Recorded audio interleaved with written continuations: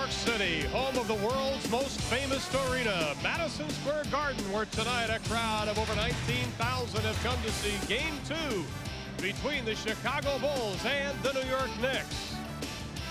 For the fourth straight year, they are meeting each other in the playoffs. In the three previous ones, Scottie Pippen and the Bulls have tasted victory on their way to a world championship. On the other side, it has only been frustration for Charles Oakley and the Knicks. They head to the court tonight for Game 2, leading 1-0. Hello again, everybody. I'm Ron Thulin. Let's take you back to last season. In the first two games of the best-of-7 between these two right here in the Garden, the Knicks won them both as Chicago went down 0-2. Now, in those two games, believe it or not, the Bulls only scored 90 and 91 points. Joining me tonight is Hubie Brown. Hubie, we saw the Chicago Bulls have problems scoring in Game 1, but history says the Knicks will do that to you. Well, anytime you have the two top defensive teams in the league, Ron, this will happen. You look at Game 1 for 3 quarters. Chicago came out, ran their offense with meticulous care, moved the basketball from side to side and caused problems. In the last quarter, they're outscored 28-15. You say, why? They could not get high percentage shots. They went to one-on-one basketball right into the hands of the Knicks. On the board, 16-8 for New York in the last quarter, 8 on the offensive rebounding, put them on the foul line, and that's where the feast happened. Oh, Hubie, what we'll see tonight is the #1 defensive team during the regular season in the NBA, the New York Knicks, and believe it or not, they've even turned it up a notch for the playoffs. You must be impressed with this team, Ron. We're going to show you some stats. 92 points during the year, led the league, only 86 at playoff time. 43%. How about the fact you can only shoot 37? And then the key, the championship teams keep their differential at playoff time. 7 during the year, 6.6 right now. You got to be impressed, Ron. Well, when they talk about the key players, most of the talk centers around Scottie Pippen and Patrick Ewing, but the real key in this series may come down to the power forwards. Well, I like Oakley and Grant, the Eastern Conference power forward all-star players. Numbers 3 and 4 in offensive rebounding behind Rodman and Shaquille O'Neal. So this is a war. They anchor the defenses of both teams, plus they are needed to get on the offensive glass. In Game 1, Grant with only 1 offensive rebound and a total of 6. We give the nod to Oakley in that one. Let's see what happens this evening. We're going to do that. Now, history says Game 2 has been very kind to the New York Knicks. In fact, they have won the last 4. When we come back, it is Game 2, the war between the Bulls and the Knicks, next.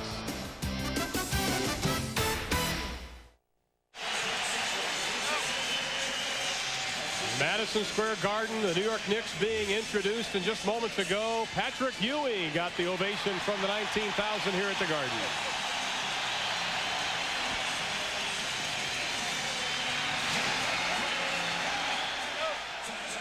And here's tonight's Chrysler Plymouth starting matchups. Well, Scottie Pippen will be played by Bonner early, then by John Starks when he moves to the second guard position, and then will be picked up by Anthony Mason. That is a key for the New York Knicks. There has been a war of words going on between these two coaches, both of them throwing out little tidbits, getting the other one to reply. First of all, Phil Jackson, the only coach to win a CBA and an NBA title. He's won 3 of those, and a former New York Knick. And Pat Riley, in his 12 seasons, every team he has coached has had 50-plus wins, and he has been in first place in all 12 seasons. That's a remarkable record. And our officials tonight, Phil Jackson was very critical of the officiating in Game #1 on Sunday, said it was embarrassing, but tonight it's Jess Kersey, Joe Forte, and Billy Oakes get the call. I'd like to make a statement about the refereeing. I thought that Luke Longley from the Chicago Bulls summed it up perfectly. The referee's calls or lack of calls did not force us to lose a 15-point lead. You say amen to that. And only 1 offensive rebound for Horace Grant. There's Luke Longley, will be coming off the bench. An integral part of the Chicago Bulls, whether that bench can produce. And there is Horace Grant. The key this evening is that if Chicago comes out and plays excellent offensive basketball, you must be able to do something with the Knicks in the last quarter. They have played 5 games at playoff time. They are outscoring the opposition in the 4th quarter, 27-18. That comes down to hard work, physical conditioning, and then your front court people dominating the rebound. Knicks won the season series between these two teams, 3-1. The only time Chicago scored over 78 points was in their victory. Cartwright on Ewing. He gives Patrick some trouble. Ewing gets inside. That's no trouble. Now that was a prime-time stuff. Pressure immediately on Pippen by Bonner from behind. What I liked about that call right there, Jess Kersey is not going to allow the hand checking to go on. And right there, as Pippen was making his move, both teams, after a score, will try to inbound the ball quickly and come up the right side of the floor. Armstrong, Ewing wrestling with Cartwright. They're letting them play. Cartwright did an excellent job keeping Patrick behind him.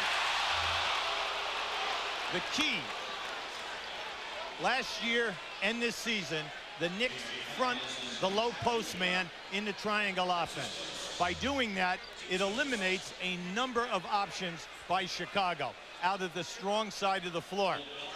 The big thing tonight will be, let's see if Chicago has put in some subtle outlets so that they can backdoor and keep the Knicks honest at the defensive end of the floor. Billy Cartwright in his 15th year out of San Francisco. Played only 9 minutes in the first 3 games. How many minutes will Phil Jackson get out of him tonight? Well, the big fact is that the referees honor Billy as an established pro, and they allow him to force Patrick off of his favorite spots. Billy will use his 7'2", 260 pounds with the forearm to keep him out of there. Bonner takes it the length of the court. Grant picks him up. One thing you never like to do is get caught in the corner or one step over half court. Patrick with a good first step to the hoop. Jess Kersey blows the whistle. Will have a foul. And it's going to be on Cartwright. Well, you can see in the early going, Ron, Jess is taking over here, and he is not going to allow the hand checking. You're better off using your forearm tonight rather than your hand on the guy's hip. Grant slaps it away. Here come the Bulls. 4-on-2. Grant threw it too hard. Here we come the other way. It's a 3-on-3. Pippen takes it away. Pippen, number 2 in steals in the NBA during the regular season. Armstrong, the glass won't go. Inside again. Chicago having problems underneath. 2-1, Knicks lead it by 1. We've played about a minute and a half in the first quarter.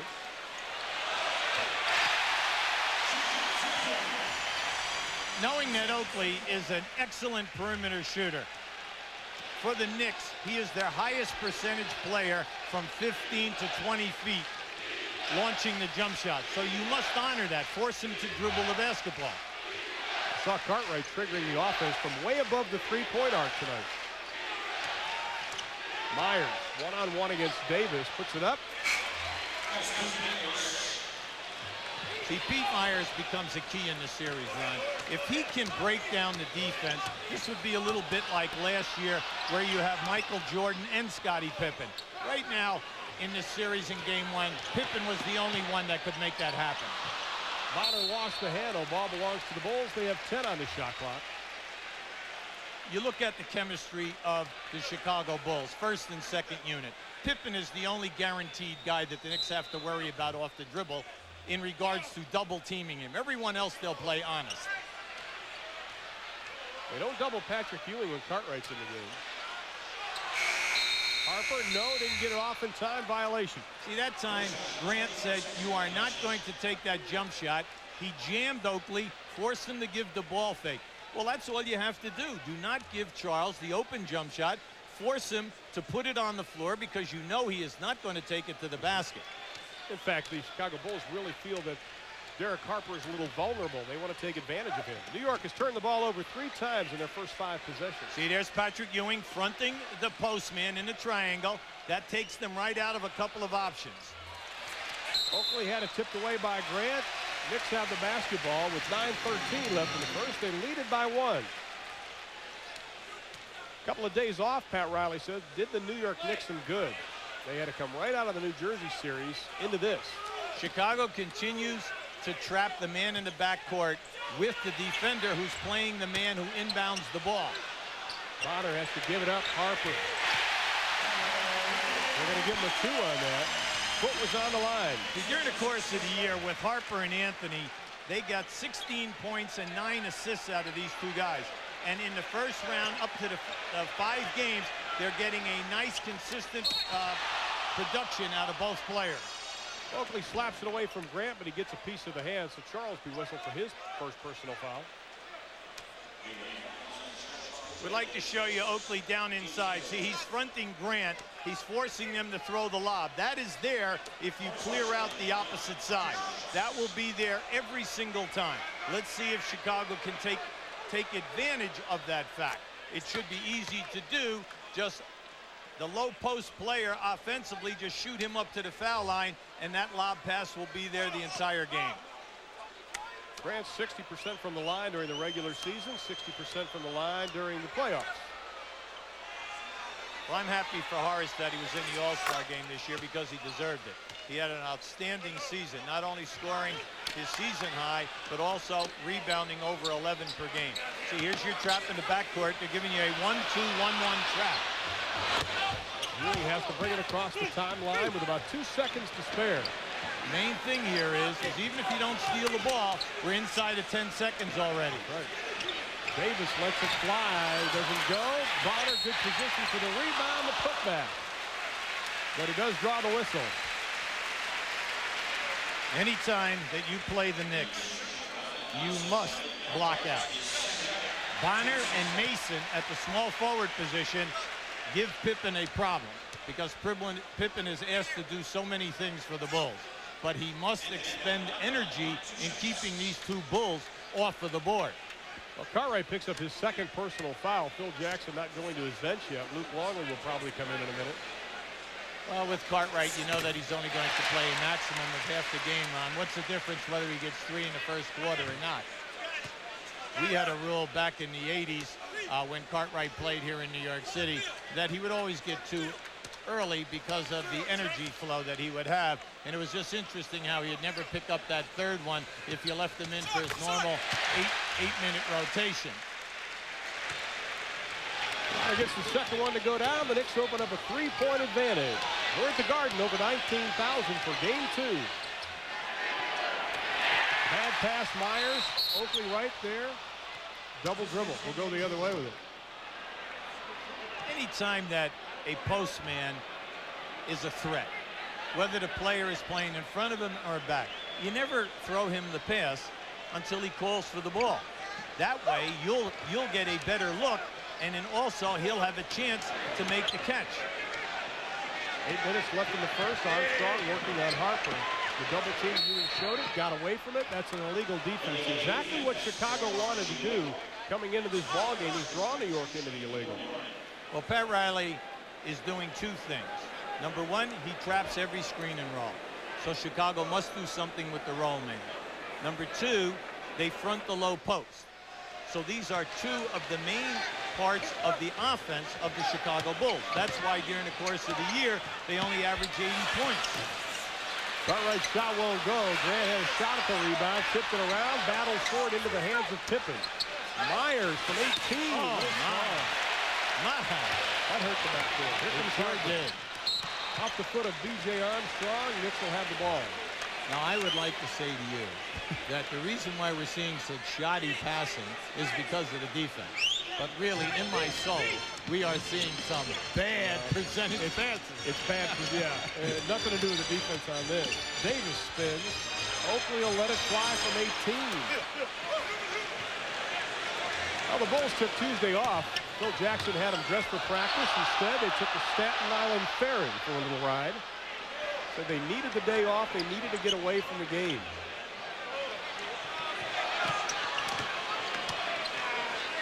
Grant back on top. Shot clock at 5.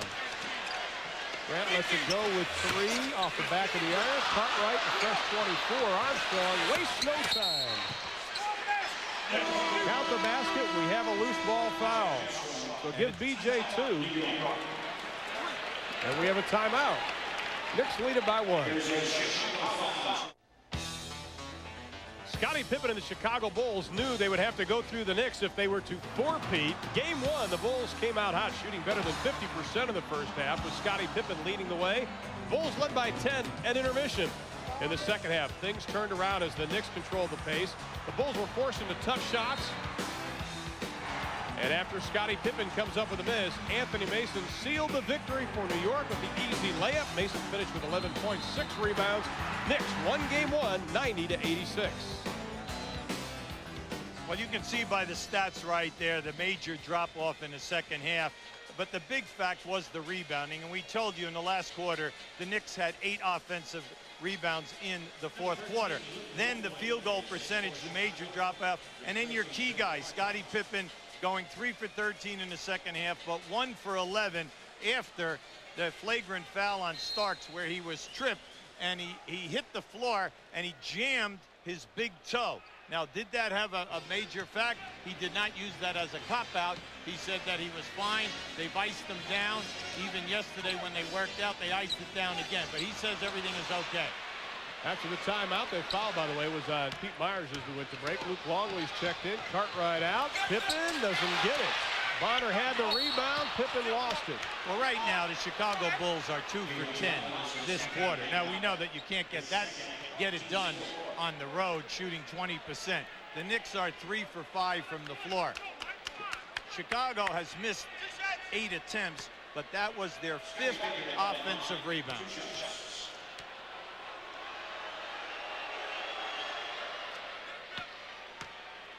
Pippen, the numbers on him for his career and during the playoffs this year. Well, you just love what he has done this season. I mean, he's just had a fantastic year. But what I like is that his foul shooting is up to 87% in the playoffs, up from 66 over the course of the season. Here's the trap again now, the 1-2-1-1. This time Davis goes right around it. Leaves Oakley open for the easy 17-footer, and Charles Oakley now has 4. Quickly, Pippen back for the 3. Scottie Pippen, 32% during the regular season, nails his first tonight.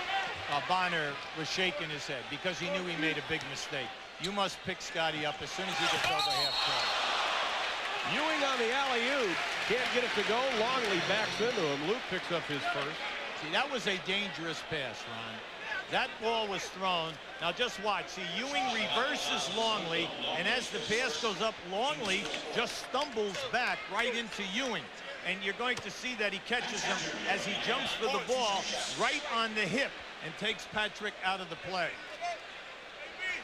At the line of Ewing, 24.5 during the regular season. Just a shade under that for the playoffs. At 23.4. But if you're a Knicks fan, you're concerned because Patrick is only shooting 42% from the field and 71 on the line at playoff time. You like his game because during the season, he only went to the line 7 times a game. This, in the playoffs, he's up to 10. So you know that he's working and he's getting into the paint.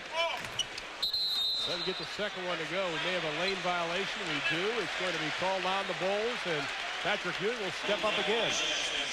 Ewing struggled in the first half of game one. He'd be only 2 of 6 from the floor. Seemed to really be held in check also in that first quarter of game one. But anytime that you're a player and you know that you're going to get 20 shot attempts, that means you're probably going to get 25 to 30 catches. How can you stop a guy from scoring, especially when he's a Patrick Ewing, a proven scorer in this league? The key is to cut down the catches. New York trying to force Chicago to spread out their offense, that triangle offense. Longley way out front. Shot clock at 8. Grant, the running jumper. That was a very difficult shot by Horace. Bulls take the lead by 2, nearing 5 minutes in the first quarter.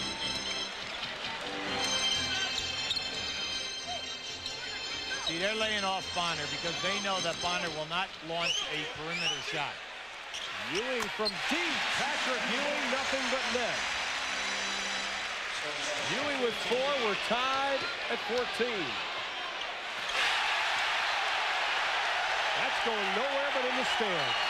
That's a terrific move by Scottie. Scottie takes it strong, but once again, transition defense. See, the Knicks are schooled defensively. Patrick back, even though his man is not in the picture. You see Longley was way behind, so Patrick zoned the area and came up with the shot block. Shot clock at 14. Myers finds Longley underneath over Ewing. You must take advantage of the fact that Patrick is leaving the centers, trying to play zone and double teaming all post-ups. Charles Smith is checked in the lineup for Anthony Bonham. This is his first shot. Pippen, his second three of the night, and he cans it. I'm not saying that Scottie should take all threes, Ron, but they are getting the ball to him, and he is wide open. Bonner has got to make a decision.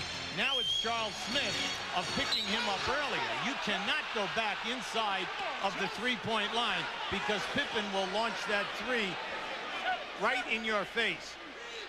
Now just keep an eye to the right side. See, Scottie's in a trail position, and that defender was too far off of him, but they had Davis in a two-on-one situation.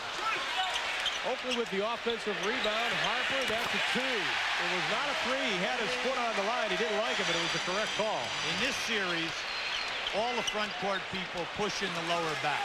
That's how Oakley got that rebound at the other end of the floor. Pippen's three won't go. He came into this game struggling from the arc. Only 2 of 14. Harper all the way. Count the basket. We have a whistle. You cannot go to sleep on Derek Harper. He proved it in the New Jersey series, and he proved it in game 1. You must pay attention to him. He's not coming over half court and setting up the offense first. He's looking to take you to the basket first, then set up the offense. That foul was on B.J. Armstrong, his first, as John Starks comes into the lineup for the Knicks. Steve Kerr comes in for the Bulls. Hubert Davis and Pete Myers sit down. It's good to see John Starks since the first playoff game, which is his return from the knee surgery. His minutes and his points have gone up in each game. Played 35 minutes in game 1 between these two teams. Well, he's the heart and soul of this defense. There's no doubt about that. Plus, he's the gutsy guy that will take the big shot with the game on the line. And he is a dangerous three-point shooter, even if he's missed 10 in a row, if this is going to decide the game. Kerr goes left, shoots right, doesn't get it. Rebound, Charles Oakley, his third of the ball game. See, Kerr during the year struggled in the Knicks series. And they need him to come in and shoot big. No basket. We have an offensive foul going the other way. John Starks is whistled for the foul. That is his first personal foul. We are in the Garden in New York City. Sellout crowd of over 19,000 have come to see game 2 of this best-of-7 series between the Bulls and the Knicks. We are in the first quarter. The Bulls lead it by 1 as JoJo English checks into the lineup. B.J. Armstrong will sit down. Now, right now, this is a major gamble because the Bulls are in their second unit outside of Pippen. The Knicks have only made 2 moves, Charles Smith and Starks, but let's face it, they join Oakley, Ewing, and Harper. That's a starting unit on any team in this league. And all the reserves for New York could be starters. We've got a timeout. 3:40 left in the first. Bulls by 1. 19-18, Bulls lead it by 1. We're still in the first quarter with 3:40 left to be played. We talked about the bench. The 4 main players for the Knicks that come off the bench, they've all started for the Knicks at one time, led by this guy, John Starks. Well, in game 1, they outscored Chicago 45-23. Now just look at these points. Smith with 11, Starks with 11, Anthony with 5, Mason with 3, and then you see their minutes. So you know that they're getting 19 or above minutes, so they get a chance to do some damage. Now look what they did to New Jersey, 32-21, and then in game 1, 45-23. That's why right now Chicago must pay attention, and this group out on the floor must go to the strong people with Grant and Pippen out there and understand who are the scorers. Right now Chicago 6 for 17, 35% from the field. JoJo English misses the first, only his 5th and 6th attempts from the line during the playoffs. He's played in 3 of the 4 games for the Bulls so far. The big thing right now is the Bulls' fact that they have 8 offensive rebounds. That's what's keeping them right on it. Look at this. Nobody picked up English. The old story, block out the shooter. Now Ewing battling Longley underneath. Bulls swinging around. Set up the triangle on the right side. Grant, the turnaround over Oakland. Oh, big-time rebound by Patrick. That was excellent pressure that time by Oakley, right into the face of Grant on the release of that shot. Starks being guarded by English. Ewing battling Longley again underneath. Longley just throws him aside. We have a whistle and a foul. That'll be on Longley. See, they are not going to allow anything like this go. And we're going to show it to you. Keep an eye right in there. Now, Patrick is trying to stand him up. Now, as he grabs him around the waist, definitely that's a foul. The only thing stopping the Knicks, Ron, in the early going is the 6 turnovers. Ewing 2 of 2 from the floor, has a couple of rebounds to go along with that. 3 points from the free throw line. There you see 44 minutes in game number 1. Played the entire second half of that ball game. He's the Knicks all-time leader in points, blocks, second in rebounding behind the great Willis Reed. During 3 minutes, we're tied at 19 in the first quarter. Knicks have never won a playoff series versus Chicago. Kerr in and out. Pippen went up for the rebound. They may call loose ball foul on Scottie Pippen going over the back. No, they're going to call it on Smith. They call it on Smith. Now, Smith is stunned. He did not think that was his foul. He thought he had inside position, and Pippen comes over the back. Keep an neck to the left side of the screen. You can see he pushes off there, and then he hooks him. Now, that was an inadvertent hook. It really was. Because if he was going to clamp him, you would have seen his arm go over the top and then hold him down. Scottie Pippen has only missed 3 free throws during the playoffs. He is 4 for 4 tonight. 24-27 for the series. Bulls up by 2 inside of 3 minutes. All right, now they're picking you up man-to-man, giving you a full court look. No trapping, just to try to get you to run some time. Harper had a clear path. Can't convert. Here comes English. Nice pass inside, blocked by Ewing. They're going to whistle him for the foul. Great hustle by Patrick. Oakley was not back yet. That pass went right down inside to Grant, and you're going to see this is a good look by English. Now watch what happens. Patrick is running down the floor. Now he catches him right on the back. Now, seriously, Ron, that was close. That was close. I think that if that happened in the last 6 minutes of the game, I think we would have had a reject. If he did get him with body, it wasn't very much. Grant perfect from the stripe. He has 5 this evening. Horace Grant, an excellent year, as he was mentioned earlier. Big decision by the Bulls. Horace Grant, unrestricted free agent, and he has them hung up right now because they could have completed all of this before the first of the year. Unfortunately for the Bulls, they did not get it done.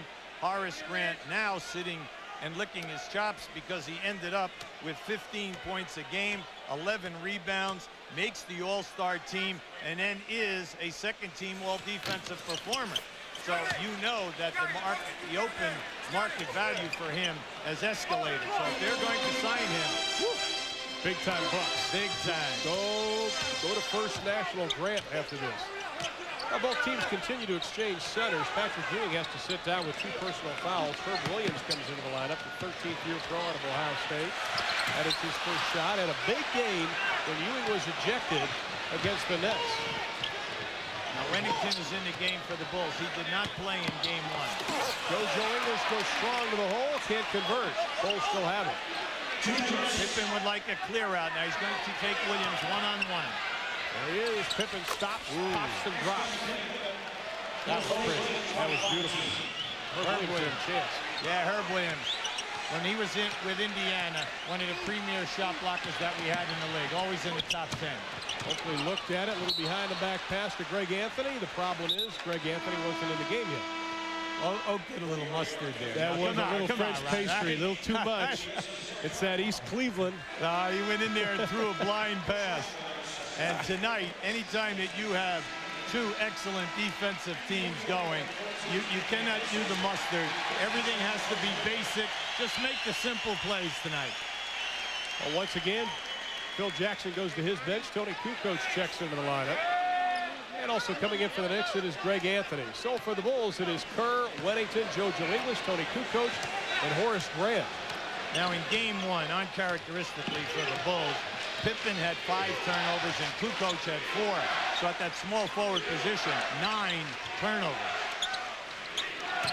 Kerr doesn't get it to go. Rebound Anthony Mason, who's also checked in. Okay, Anthony made him look at the defense, and he took his eye off the rim that time, man. Anthony looking inside to Smith. Back in on Grant, takes it in strong. Grant puts it away. Shot clock at 5. Starks for 3. Kerr with the rebound. Bulls lead it by 6. Their biggest advantage of the game inside of a minute. In a game like this, with so many perimeter shots being launched, the guards must rebound for you out of the foul line. Starks was on Wennington. John didn't have a prayer. See, that's good court recognition. As soon as they saw Starks on Wennington, they just threw the high lob. Nothing Starks could do about that. Anthony on Kerr. Starks from the outside, still off the mark. He has struggled from the field, but Mason has it. 7-second difference between the shot and the game clock. Inside, count the basket. Now that was a bad gamble. The gamble was Grant came on the baseline side. Well, if you miss, now all you're doing is opening up for the player to get into the lane. You're going to see, he gambles, here comes the, but more important, by him getting into the middle of the lane, you are giving him a higher percentage shot. Now just watch this on the baseline. He gambles, Wennington comes, but a nice strong move by Charles Smith. You have to be impressed with Smith's play. All year during the course of the season, he's missed a ton of games, over 40, because of the problems that he has with his knee. He is taking a medical prescription, and it causes him stomach problems. Mason makes the 2, but should give Herb Williams 1 for setting the screen, so Mason had the open shot. Cutting the lead down to 4. Once again, both teams are murder on the offensive board during this first quarter. In game 1, Bulls led by 6 at the end of 1. Look how far out they pushed this offense. Smith on Kukoc rejected. Starks might have a good look at it. Lets it go at the buzzer. Oh, off the right side. Won't count. We have played 12 minutes. It is exactly what we had expected. A war between the Bulls and the Knicks. Scottie Pippen in that first quarter, a couple of 3-pointers, 12 in the first. And the Bulls lead it by 4 heading into the second quarter.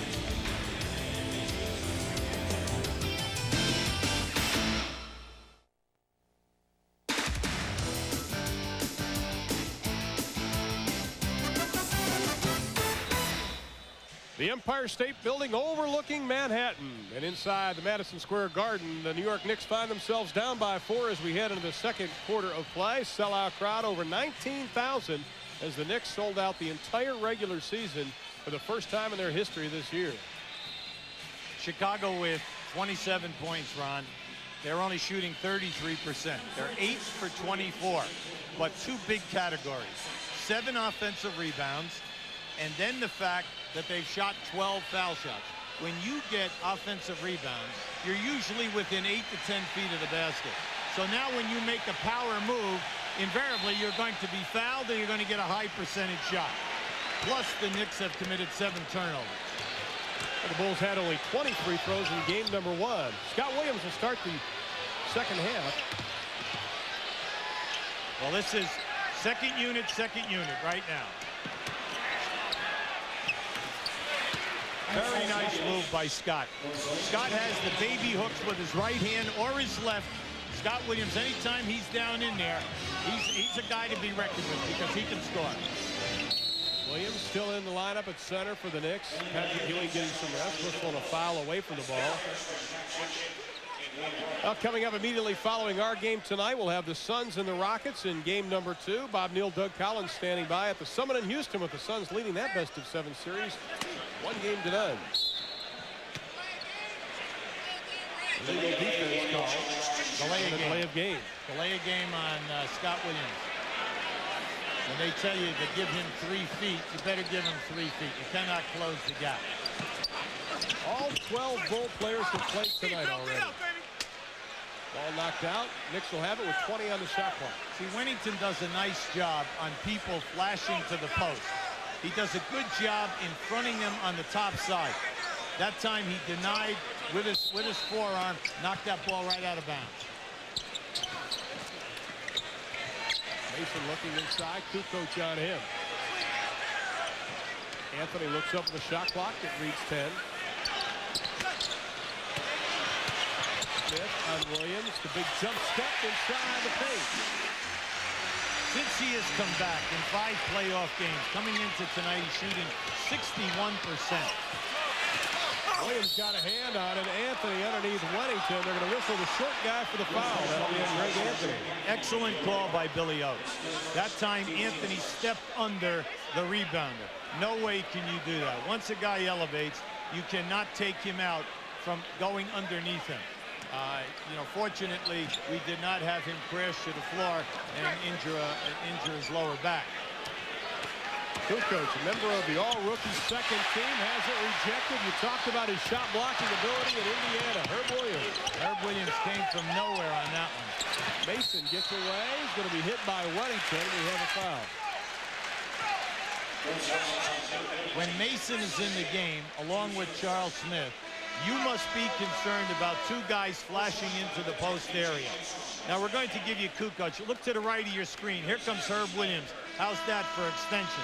Now we're talking about a guy who's 36 years old. He's on the last year of his contract. And when you think of the contributions that he has made this year and a year ago, any time that he's called upon to play big minutes for Patrick Ewing, it's just amazing. Pat Riley says he's a big game player. He likes to step into that situation. Armstrong and Grant back in for the Bulls. He can sit and miss a few games that come in and he's instant heat. That's right. Now Grant posting up on Smith. Grant, the right-handed hook, won't get the roll. Outlet. Last touch by the Bull scout Williams. Knicks have the basketball. Ewing comes back in. Pippen continues to sit for the Chicago Bulls in game 1. He sat out the first 7 minutes of the second quarter. And he's sitting now as Ewing in. Herb Williams gets around. Cartwright will come back in. All 3 of Chicago's centers playing with 2 personal fouls. Cartwright, Wennington, and Longwood.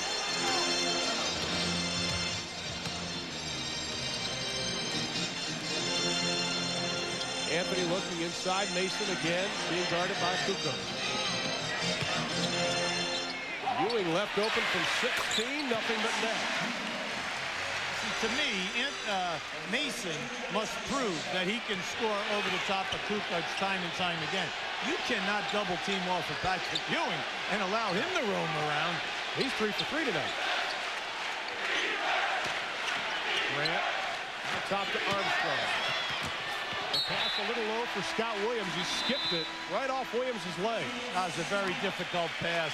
No way could he possibly pick that up because he was moving on the baseline and that was in traffic. We'd like to show you what we mean by big man double teaming. Here's Patrick Ewing here. His man is going to come. Once this pass comes into Grant, you're going to see Williams leave. Now watch, here he comes, and they read the double team, they kick it out. Now they force him to go back. Now watch what's going to happen. We're going to roll it for you. And now, once they come again on this double team, Patrick Ewing comes in for a high percentage shot, and the pass is made. You cannot do this time and time again with a shooter of the quality of a Patrick Ewing. But at the end, we're going to show you here Walt Frazier, Patrick Ewing moving up in playoff scoring. He also passed Frazier as the #1 scorer in the history of the New York during the regular season. He did that in December. Scottie Pippen checked back into the lineup after the timeout. Starts to Ewing. 4 on the shot clock. Anthony lets it go. B.J. Armstrong thought he had all basketball. Joe Forte thought otherwise. That was a good move by B.J. He had a gamble that time. He was right there. He had an opportunity. But like I told you, right from the opening gun, they are allowing no body contact from the shoulders down. Anytime that hit is made, whether there was a block or not, automatic too. And that'll keep things in control. Got to make the calls early. during the playoff now, with Harper and Anthony at the point position, they're getting almost 14 points a game and 7 assists. During the season, they got 16 points a game and 9 assists. So you got to go with these two guys. Plus, they have been dynamite on your point guard from a defensive standpoint. Pat Riley calls them two of the best. Bulls have turned the ball over only 3 times in this ballgame so far. It led to no New York points. In game 1, 16 turnovers to 14 New York points. Much better. Scottie Pippen has a tough assignment. Anthony Mason at 6'8", 250, very quick feet. Scottie has got to try to get him in foul trouble as much as he can off the dribble. Kukoc, great body control. He banks it home for the 2, plus he draws the whistle. Now that was an acrobatic shot. Fouls on Smith, his second. Now just keep an eye on this move. Charles Smith, a very good shot blocker. He's long. By that we mean he's not only 6'10", but he has the long arms. Kukoc now with 3. Averaged 10 during the regular season, 10 during the playoffs, and the Bulls lead it by 3. 8:50 left in the first half. Anthony looked left. There was nobody there. Instead, he tried to put up the shot. There you go, 2-on-1. Chicago with the big slam by Scottie Pippen. They have to score points off their defense to be successful.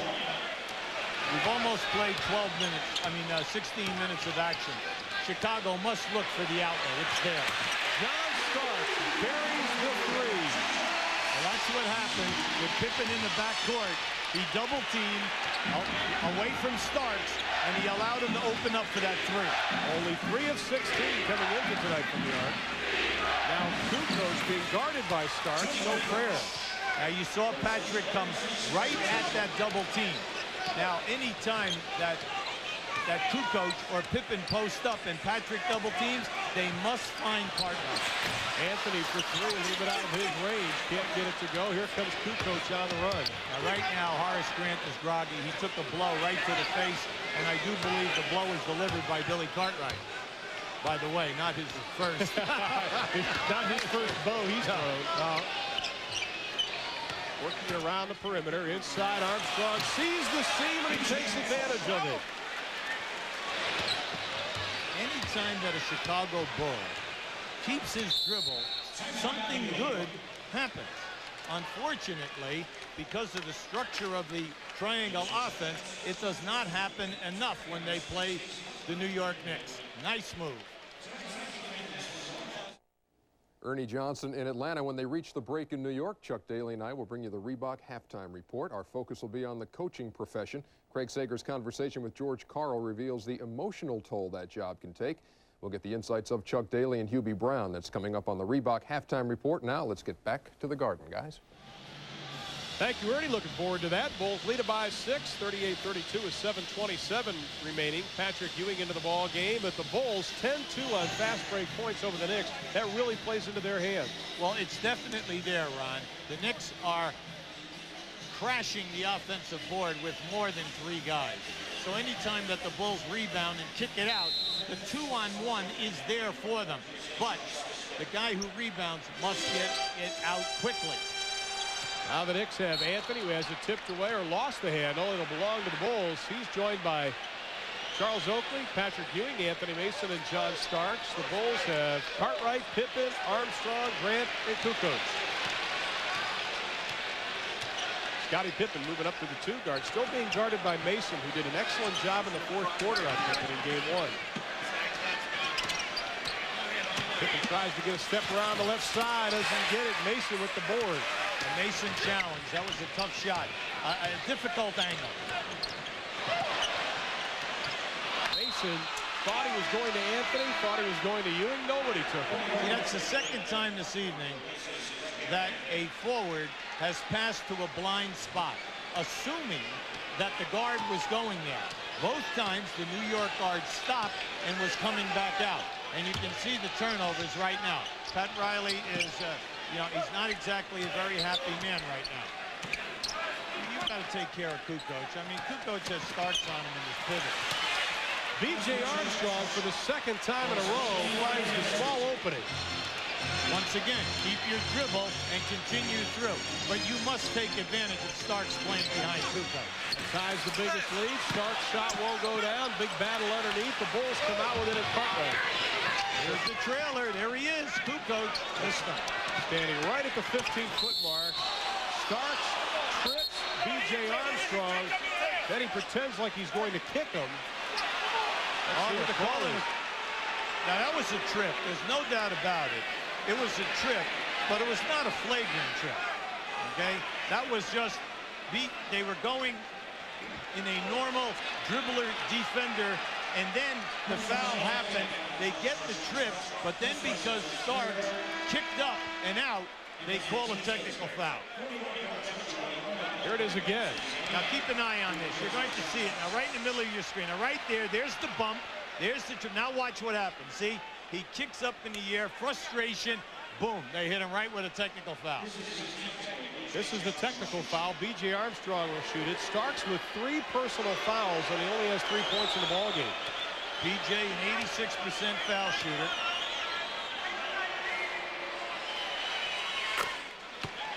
Well, the Bulls had a great deal of confidence coming into the game. They felt that they gave game 1 away. They're showing that confidence tonight, but can they sustain it for 48 minutes? The lead is 9. That's the biggest of the game. Right now, Blackman is in the game. He is playing Kukoc. Oh, that's off of B.J.'s foot. And good call, Billy Oates. Excellent call. Well, everybody except Corey Gaines has played in this game, the number 12 man on the Knicks roster. This is Blackman's only 2nd appearance in the playoffs, played only 11 minutes in Game 3 versus New Jersey. Ewing down low, Cartwright on him. Grant showed the double. Blackman for 3, and he buries it. Isn't it amazing? The old pro comes in. He's only played in 1 playoff game previous to this. He's only attempted 1 3 in that game, and he drains it. That's his first points of the 94 playoffs. Pat Riley told us last week, though, he could sit him for 2 weeks. He'll come in and score. Rowe has only scored 17,600 points during his career. Well, John Starks has gone into the locker room. And here's the last play. Now keep an eye down inside here. There's your drop off to Grant. Now once you get that move, you're going to see Oakley catches him. He's kind of stunned that he gets the foul. But once again, lower body contact. And while Grant hits the free throw, this is John Starks just heading to the locker room just a couple of minutes ago. We'll try to get an update on exactly what is wrong with John Starks. We have 5:35 still remaining in the first half. Maybe with 3 personal fouls, he wasn't going to play anyway. Grant having a great night from the line. Perfect. Not bad for a 60% free throw shooter. Grant with 8, the lead up to 8 with 5:33 left in the second. The Knicks, there's no smoothness to their offense. They just cannot get into sync. Even when they're going down inside, any kickoff resulting in no perimeter score. Mason to Oakley with the finger roll. And there's no emotion in the Knicks. They play with a great deal of emotion. They feed off this crowd. It isn't there. Well, the crowd right now sitting on their hands, basically. This is the first time that they're starting to get in it with the defensive chant. There was a heady move. That was a great ball fake. And the Chicago bench, everyone giving Harper some static. Now you can see it. It's unfortunate for Harper because it happened right in front of the Chicago bench. Now keep an eye on this now. This could get out of hand. Well, Derek Harper immediately went to apologize. He went down to B.J. Armstrong, and of course everybody got in. It looks like a baseball fight. Everybody just getting in each other's face. Joe Forte right in the middle of it. I think that when we give you the replay, you will see that it is a great head fake by B.J. Armstrong. I didn't try to do that. And any time that you do that, and you can see Harper right now explaining it to the referee, Billy Oates. He gave me the ball fake. And they did call the foul on Derek Harper. Now keep an eye on this. There's a great fake, and then Harper goes for the ball. So I don't see any problem with that. Now, it's going to be interesting to see if they call this a flagrant one. I don't think they do. No, I don't think they should. Harper is not noted for that. He's not a flagrant foul guy. He's been on the all-defensive team twice in his career when he was at Dallas. This was just a great ball fake by B.J. and Harper reaching back to try to get the shot block. You have to respect B.J.'s three-point shooting. He was second in the NBA in that category. We'll look at it one more time, but this is a great ball fake. You're going to see, now this comes right out. It's a good look. Here comes Harper. That's done a ton in this league. Unfortunately, the arms were up, and Harper took the arms right out of there as he goes for the block. Tempers have cooled.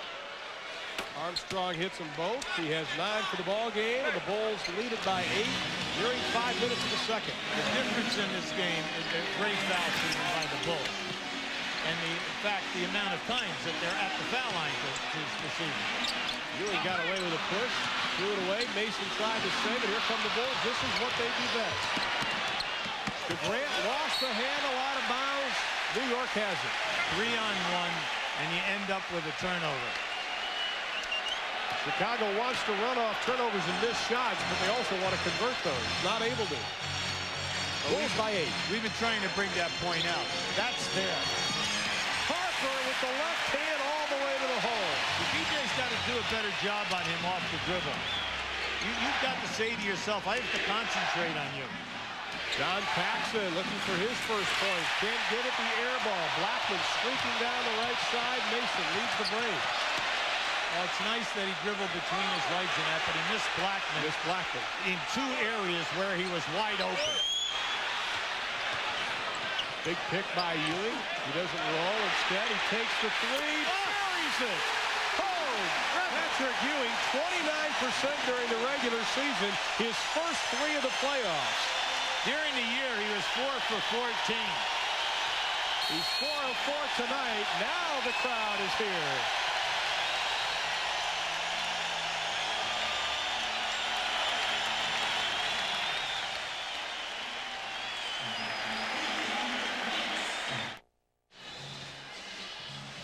.45-42 our score. The Bulls lead cut down to 3. We'd like to show you Derek Harper coming right down as he turns the corner. No help on the inside. The help is late. Harper, one of the better point guards, shooting with either hand in the painted area. Now keep an eye on the trap. Once again, you leave Ewing open. I know he does not take many, but he's 1 for 1 tonight, Ron. That's all that counts. 4 for 4 for the game. Now we wanted to bring out that point to you about the foul line. Chicago, 15 for 18 in this first half on the line. They've made their last 10 in a row. Why that is big? Because they were 24th during the course of the season. They only shot 70%. John Stark's back on the bench. They just had a hit on the brace. Longley is checked back into the Bulls lineup, as has Steve Kerr. Mason continuing to run the break for the Knicks. When you're getting these easy opportunities when you're on the road, like Chicago is, you must take advantage of them. Blackman over to Ewing with 4 on the shot clock. Ewing, somebody's got to let it go. They're not going to do it.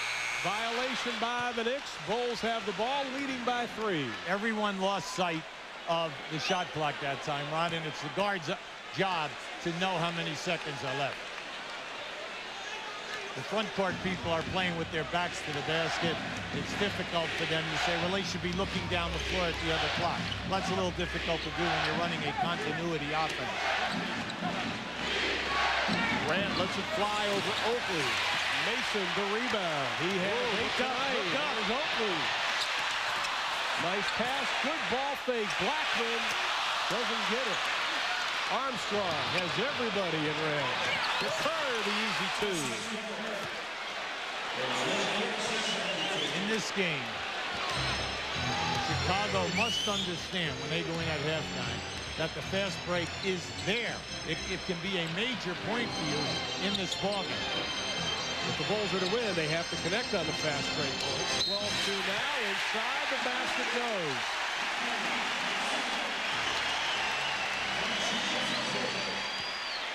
Yeah.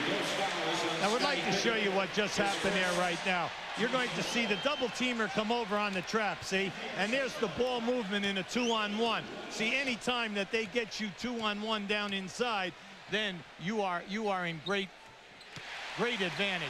Excellent ball movement by the Knicks. Mason gets the free throw. The foul was on Scottie Pippen. The lead is down to 2 inside of 2.5 in the second.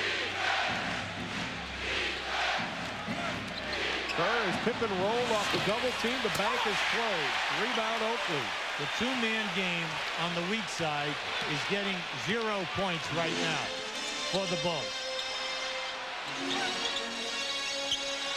Ewing in the left block. Longley pushing him way outside. Ewing sets the pick and then rolls. He looked at the 3, takes the 2, doesn't get it. Oh, he's open again. Armstrong There he is. all the way down. Harper catches up. Good transition defense by the Knicks to get back. Grant lets it fly, rattles it home over Oakley. Grant with 10 in the ball game, the lead back to 4. I'm impressed with Grant. He wanted that ball. Now, he called for it, and there was absolutely no hesitation. We had 13 in game number 1. Oakley from the outside. Ewing the offensive rebound and the putback. Luke Longley did not even contest that shot. You cannot allow Patrick to take that shot. You've got to get up there. You're 7'2". Get your arms up. Force him to shoot over the top. Ewing now doubling Armstrong with Harper, then he backs off. Pippen gets a step. Oakley takes the charge. That's the man. The Oak man. He's the intangible guy. Anytime that they trap and you let a guy roll down the lane, he's there to take the charge. Pippen blew right by Mason, who came across. The Oak man. He's the man of the intangibles, the guy that does all the dirty work that enables the Knickerbockers to be the #1 defensive team in this league. At the conclusion of tonight's game, we'll be selecting the Budweiser player of the game, and Budweiser will donate $1,000 in his behalf to the United Negro College Fund. Inside of a minute, the Bulls lead is 2. Knicks have the ball.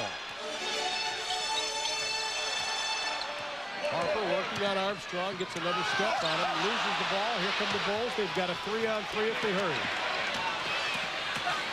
Armstrong, the seam again in the roll. Beautiful hesitation. Came in. It looked like the Knicks had him trapped, and then he one dribble and the big step. 11 for Armstrong, the lead back to 4. Oakley loses the handle, 12 on the shot clock. They retain possession. Ernie Johnson, Chuck Daly standing by in our studios for the Reebok halftime report.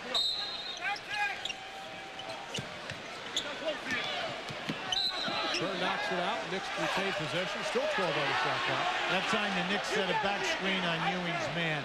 Blackman came over, set the screen, and then was looking for the pass in the corner. Steve Kerr. Good anticipation for that one. Oakley directing traffic outside. Just Kerr doing a little house cleaning. Mason will trigger the inbounds pass. Harper lets the 3 go. Halfway down and out. Ball belongs to the Knicks with 21.8 left in the quarter. Dog pound written on the side of Anthony Mason's head. Well, Pat Riley wants get it in, get it out. It's going to be something involved with Patrick Ewing. And they're trapping right away to get Harper to give it up. That's the time remaining in the half. Mason, nice ball fake, short on the 15. Great save by Oakley. Mason lets it go in and out at the buzzer, and that's the way the first half will end. A great effort play by Charles Oakley. They can't complete it, but B.J. Armstrong in the second quarter, after only 2 in the first, comes with 9 in the quarter, 11 for the ball game, and at the half, the Bulls lead it by 4. Coming up, Ernie Johnson and Chuck Daly in the Reebok halftime report.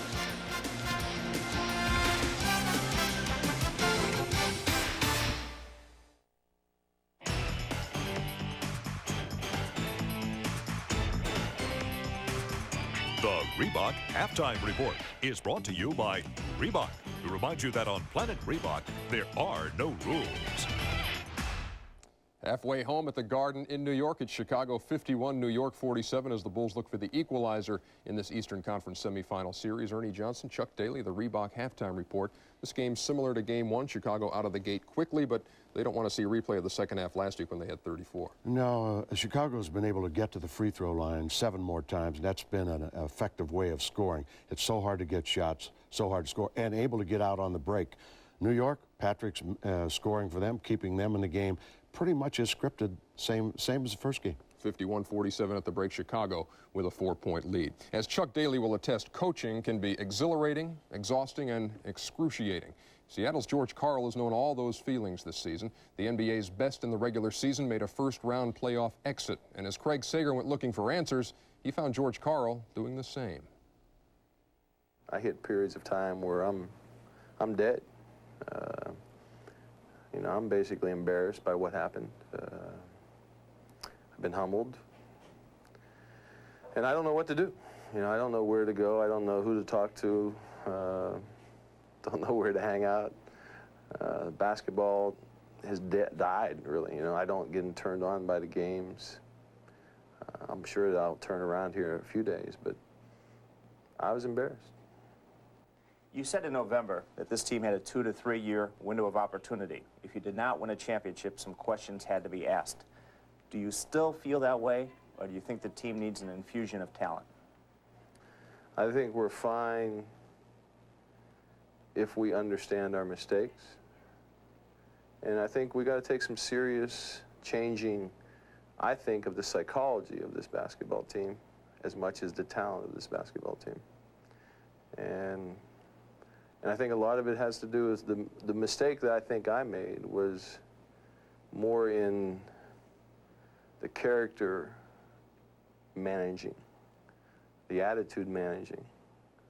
And I think I went away from some instincts because of my past, and I think I've learned a lot.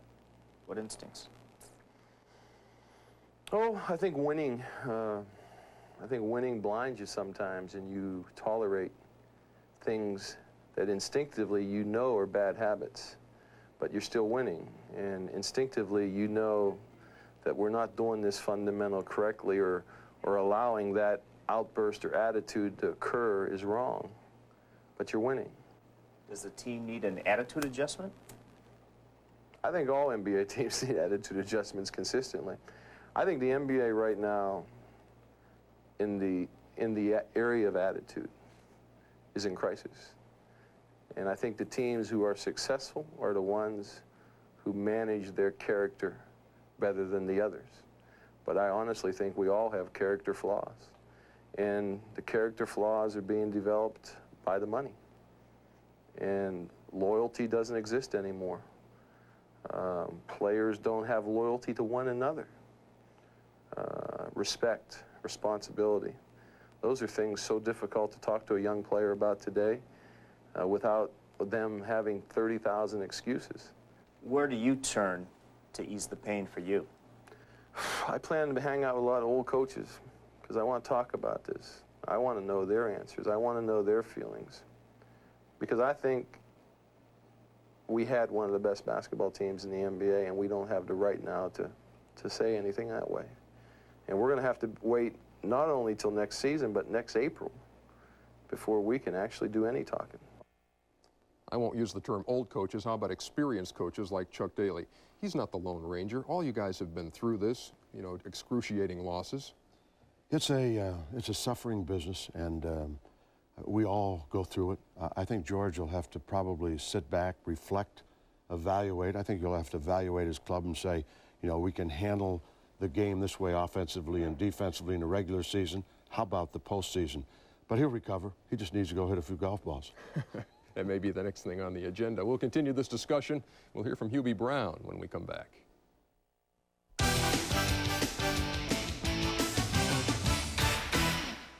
Welcome back to the Reebok Halftime Report. We've heard from George Karl, seen the anguish on his face as he comes to grips with first-round failure.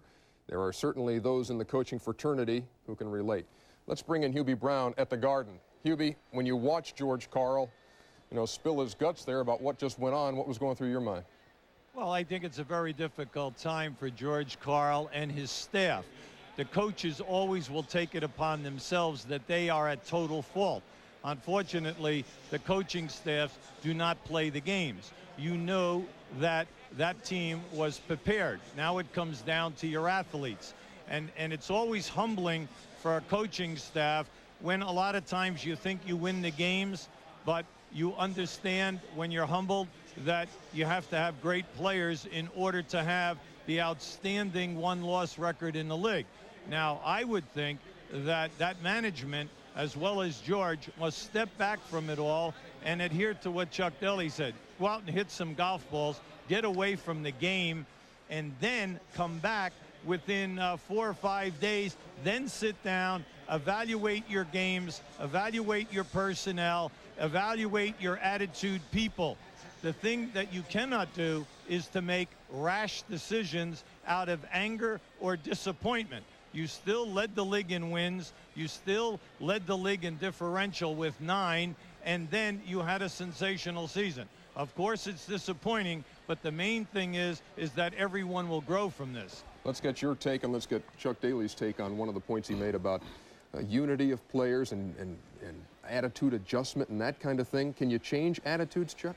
No, I don't think you're going to change people dramatically, but I think that those players, if they get the necessary internal leadership, and you can talk all about coaches giving you leadership, but when it comes down to driving teams to championships and moving to those levels, it has to come internally. There has to be a tolerance for each other, and there has to be a drive in order to them perform at that level. How about it, Hubie Brown? When you were coaching, were these guys tough? Were you looking at the same thing and saying, I can't deal with these guys? Well, I think that's been going since the beginning of time. And the big factor is that all the great teams always have the cops. By that we mean the team leaders. It's not necessarily your 2 highest scorers. It's the 2 guys that force everyone to play to their potential and then adhere to what the coaching staff is lining out for these guys. When you reach major disappointment, you cannot have quality people pointing fingers, absolving themselves, and blaming the other people. What you need is camaraderie, and then to accept the major disappointment as a team, as a unit, and then have your 2 or 3 or 1, your main focal point people stand up and be counted, represent the group with professionalism. The key today in all of sports, not just basketball, we're talking every pro sport, is are your key people, your main guys that you're giving all of this money to, are they coachable? Are they leaders and adhere to what the coaching staff outlines as your game plans? When the teams win the championships, you will always see that they are taken there by the true leaders and the true legendary players that we have in the game. Hubie Brown, thanks for your time. You have more work to do. We've got more basketball to be played. We could talk about this all night, but we'd get in trouble if we did that. We'll be right back. Oh, yeah. The leader.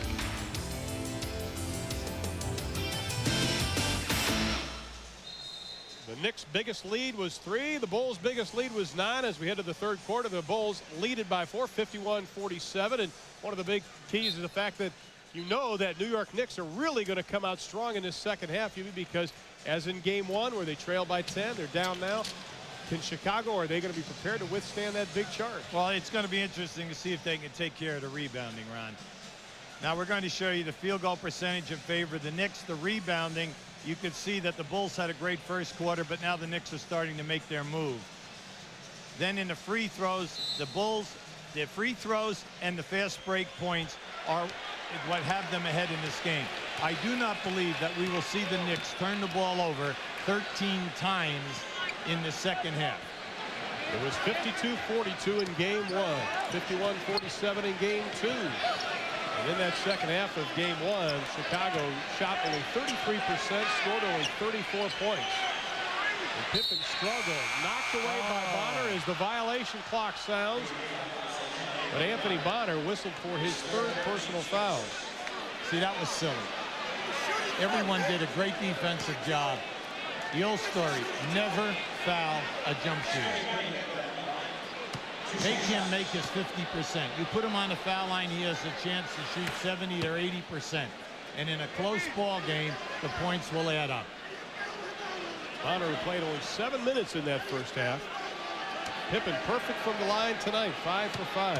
We tell you, during the course of this evening, Scotty's going to be played by Bonner and then Mason. And then when he moves to the 2-guard position, he'll be played by John Starks. Some pressure put on by Armstrong. The longest stretch in that first half that New York went without a turnover was 4 minutes, and they only did that once. High screen and roll. See, that's getting nothing here this evening. The down screen. The Bulls have been doing an excellent job on the New York down screen. Davis wheeling around. Harper with the shot. Won't go, but we have a whistle. B.J. Armstrong had an excellent first half. He had 11 points, 4 for 6 from the field, 3 for 3 from the line. At the other end of the floor, Harper had 8, and then Anthony had 2. So it's almost a wash at that position. B.J. Armstrong whistled for his 3rd personal. Staggered screen for Davis. Good ball. Offensive foul. It's going to be on Patrick Ewing. Ewing's 3rd. Billy Oakes had that one all the way. Patrick didn't feel that he grabbed him, but he definitely stepped out on that second screen and hipped the defender. Pete Myers being guarded by Hubert Davis. Davis only 8 minutes in that opening half. See, once again, they continue to front Cartwright, and that eliminates so many of the options of the Chicago Bull offense. Pat Riley wants to take away the first 2 passes. Shot clock at 2. Armstrong lets it go. Rebound tipped by Grant. Here comes Davis. Slices through the pack, and he's fouled on the play. Myers reached that time from the rear, trying to go for what we call a deflection. You can see in the early going that the Knicks have come out with more intensity at the defensive end. The Bulls are ending up here now with long jump shots. Bulls shot 33% in the first quarter, 53% in the second. Inside, Bonner has it rejected by Grant. Whistle, and it's going to be a foul call. And that will be on Grant. That's only his first. See, Horace goes for the block here right now. You're going to see it as the dribbler comes in. He thinks he gets all ball, but he also picks up on the wrist. And Anthony Bonner will go to the line. Bonner, the 4th-year pro out of St. Louis. 3 years with Sacramento after being their first pick back in '90. Pat Riley says this is a man that gives us strength and intensity. Well, he likes the fact that he can finish on the fast break, that he will never take a shot out of his range. And the big bonus is that he's a rebounder, offense as well as defense, and he's an excellent defender.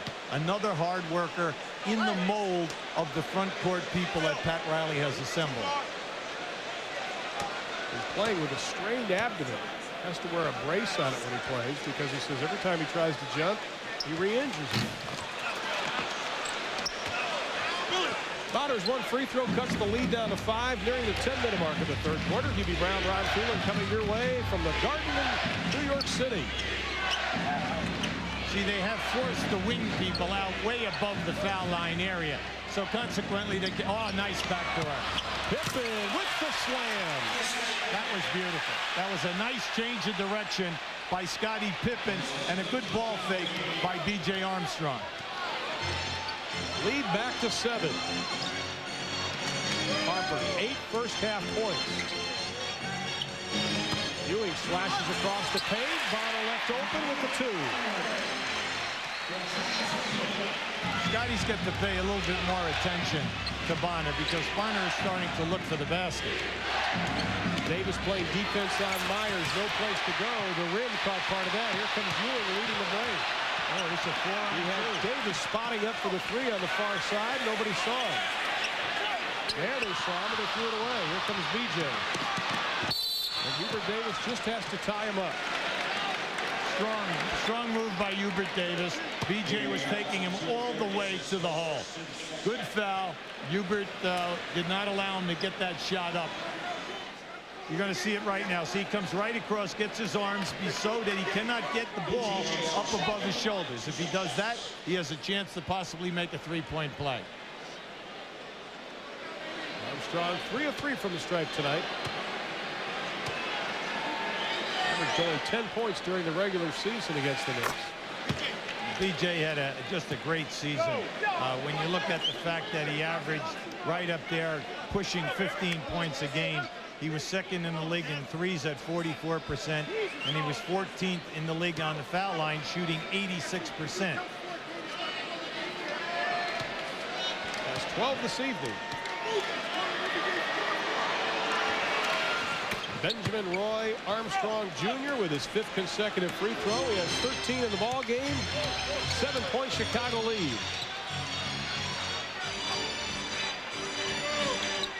Bonner way out front. Ewing brings Cartwright way out. It's a motion offense. Shot clock at 7. A lot of time. Davis tries to split the D. Ewing with 4 on the shot clock. Pulling the trigger. Cartwright the touch pass to Myers. Look for your trailers. They go the other way. Pete Myers tried to thread a needle that time.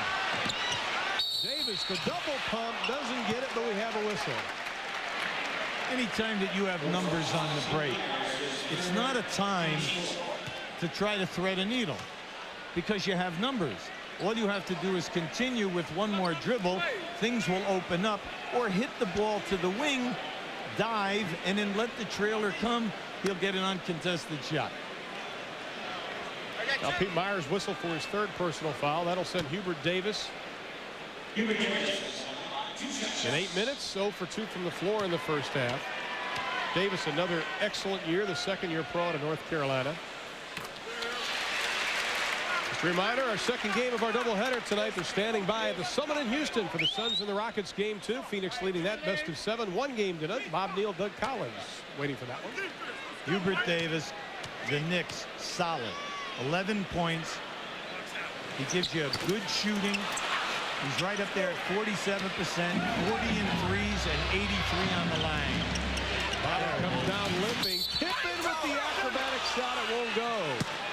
Bonner may have gotten hurt. He is limping on a very tender right ankle. See, that was a give and go. Anytime that you hit the wing and you cut against the Knicks, you have a chance of receiving it back. The only problem is that there will be a rotating man to challenge your shot. The Knicks get graded on intimidation in regards to challenging the shot. Pippen 7 for 7 from the line as Anthony Mason comes in. Bonner has to limp off. I want to ask you, is this the same Scottie Pippen that shot 66% during the season? You know, I'm looking at that thing, and maybe I wrote down the wrong number. He's 20 of 23 coming into tonight. Not bad, 8 for 8. He's now 28 for 31 in the playoffs on the foul line. That's stepping up and getting it done. We've always talked about the 3 top players on your team have to give you the exact numbers or more if you expect to be successful in the playoffs. And especially if you're going to win on the road. They need the high percentage shots. Mason flick of the wrist, doesn't get it. Cartwright the rebound, the outlet to Myers. They got numbers again. Inside, no basket, says Jess Kersey. Pete Myers all upset. Cartwright disappointed. And you can see it once again. Here they come. They have a 4-on-3 situation. And there's the drop down. Pete thinks that he got fouled on the shot. And I would agree with that. Instead, they're giving it to them on the side. No continuation. There wasn't a dribble after the whistle. Hubert Davis, his 2nd personal. Bulls with the 3rd best road record in the NBA.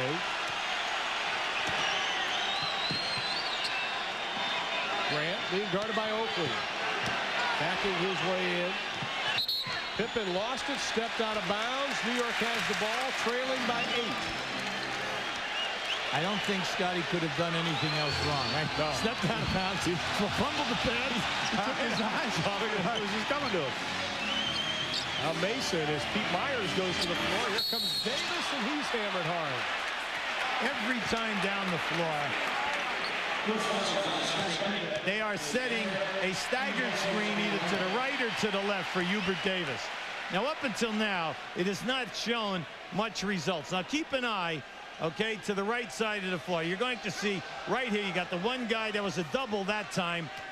And here he just a continuation and a very strong move. Everyone thought when this young guy came in the league that he was going to be soft. But from the time he's gotten into now, he takes it strong to the basket. And like we said many times, the Knicks and Boston both tied with the same one-loss record. Both teams wanted Hubert Davis. They flipped the coin. Boston loses. New York gets the pick, and they pick up a good one. And they do that. He's celebrating his 24th birthday in just under a week. 2 free throws cuts the lead to 6, 7.5 left in the third. Armstrong looked at the three, didn't take it. Grant sets the pick and then rolls. Ewing picks him up. Shot clock at 5. This is the vaunted New York defense. Grant puts it up, but he quiets them. That's the way to quiet them. You're right, Ron. But how about the penetration by Pippen? Accepted the double team and then made the perfect pass. It is difficult if the fans expect the Knicks just to turn it on in the fourth quarter. You may not want to wait against this Bulls team. See, Billy Cartwright is doing a nice job in this quarter. He's holding the Knicks to 1 shot. He's getting all the rebounds. He's looking to start the fast break. Now, that time there was a question. Oakley fronted Cartwright, forced him to play 2-man basketball. Grant, again, it's a 2. This time a little strong on the shot. But Cartwright right there for the offensive rebound. Now, Billy's everywhere right now. Armstrong penetrate, didn't have any place to go. Do not leave your feet unless you're going to shoot the basketball. Harper takes the 2, doesn't get it. Oakley, the rebound, good look inside. Mason. Good hustle that time. You always have to worry about Mason. When you have Mason and Oakley in there, you have 2 guys who are Bulls that really bang people around. With a chance of defense, 19,000 plus. They want to make New York run on defense. They did, but they can't connect. Myers over Ewing. Patrick with the rebound. Ooh, the Knicks have numbers here. Ewing is double. Pippen slaps it out. Ball belongs to the Knicks with 15 on the shot clock. We have a timeout. 5:35 left in the third. The Bulls by 6. We'd like to show you good offensive basketball, but also good defense. As Scottie Pippen dribbles into this area right here, you're going to see Patrick Ewing come out. Then, once the pass is made out to Grant, perfect rotation. Now, just keep an eye on this now. Now, here you come. There's the pass. Grant is open. There's the pressure. Now, stop it right there. Look at the Mason pick up Cartwright. Blocked him out as Ewing comes from the top, and they have almost triangle rebounding there. Knicks have the ball. They trail it by 6. They're shooting only 44% of the ball game so far. Chicago not much better at 40%. Cartwright slaps it in. Good hands, Bill Cartwright. 6 rebounds out of Chicago's 7 in this quarter, plus a steal. Well, Billy's having an excellent quarter right now. Be nice if they could reward him with an offensive shot. Give him a shot. Hey, this guy was a 21-point scorer one time in his career. Pippen falls down. The shot almost wins.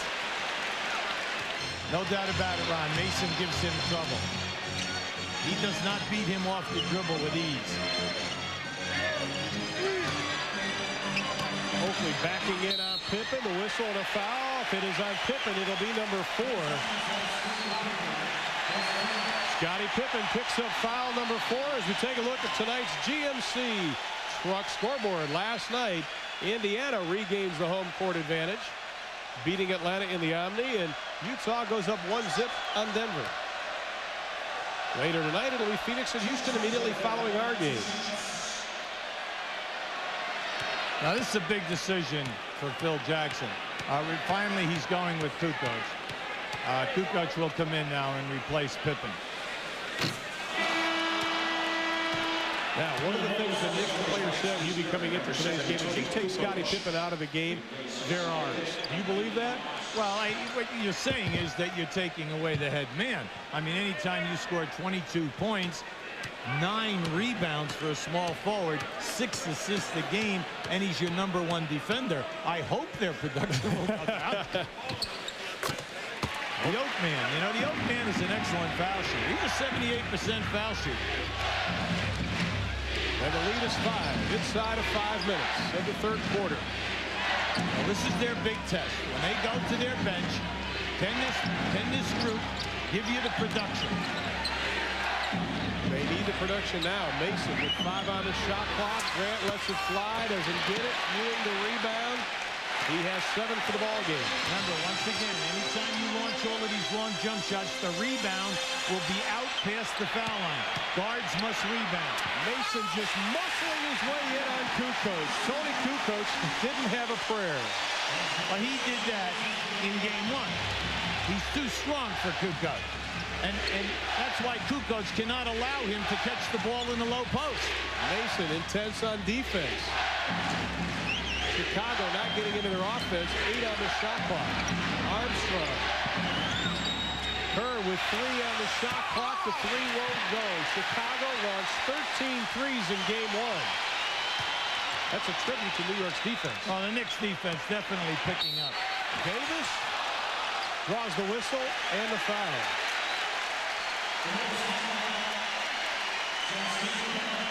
See, the Knicks love to post Mason against Kukoc, and it's a nice spin move. See, nice spin, and then the head fake, and come up on the other side. So even if the defender is with you, you knock him off in the front of the rim. Now, we give you this right there. See, there's a, they've been calling that all night. No hand checking. They have been consistent since the opening tap. Peter Davis 4 of 5 related to the great Walter Davis of the NBA, but he credits his father to most of his success. Luke Longley will come in for the Bulls. Oh, Hubert Davis's dad was a player at Johnson C. Smith College and was a very fine player. He's the one who corrects everything about the flaws in his shooting game. All of Hubert's points coming from the stripe tonight. If I'm Chicago, I just don't like what I'm starting to see. Oh, yeah. Right now, the Knicks are pushing them out further and further, and then the shot clock is going down, and they're relying on desperation jump shots. And you know what happened in the fourth quarter of the last game. Fans wanted to travel. It wasn't there. Longley to Grant. Everybody looks afraid to take the shot except for Horace Grant. Well, that's why you must look to your 3 main guys. Kukoc, Armstrong, and Grant are the 3 scorers out there. That was a nice pass by Luke Longley. He's an excellent passer. Mason, Kukoc doesn't even come out to get him, but he does get the rebound. They have the advantage here now. They're just slow to realize who's trailing. Derek Harper thought he had the steal. Instead, he draws the whistle. Yeah, Eric thought that he had excellent position that time. And right now, he went right over to Billy Oakes and gave him a word. He honestly thought that he beat the dribbler to the spot. Bulls by 3, 63-60 as John F. Kennedy Jr. fills up with all the basic food groups. Anthony Benedetto, better known as Tony Bennett, one of my heroes. Also in the crowd tonight, Brooke Shields and Superman from the TV show. Andre Agassi obviously could not make it this evening. LT, he can whip Superman, no problem. Woody couldn't whip anybody. John McEnroe with the stylish brim. And we're back to the real story.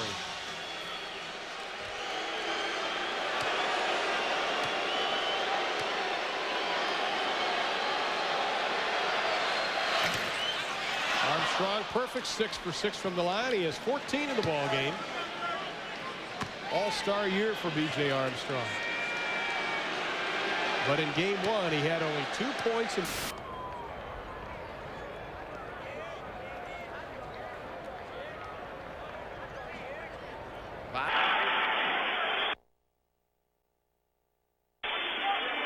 Back screen for Patrick going into the post. I don't know. Mason just brought his man across. That's an illegal defense. The Knicks would not much rather have the dunk right there, the potential dunk.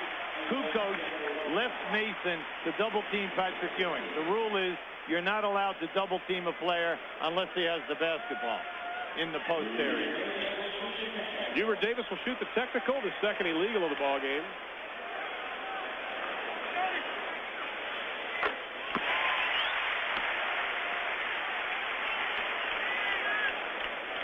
We apologize. We are experiencing some problems with our video portion of our game. We'll keep you with a little radio play-by-play.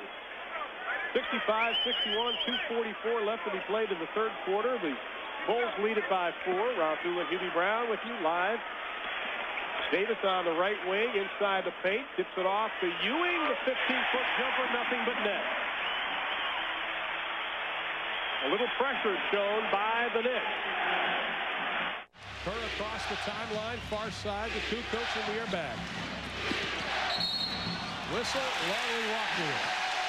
You cannot feed the post on a lob pass from out above the foul line when you have another offensive player on the because when you throw the lob, that defender just comes over and forces the guy back. Hubie, can you feel the momentum starting to build now? Definitely, Ron. People sense it here. Shot clock inside of 10. Davis baseline. The stop sign comes up.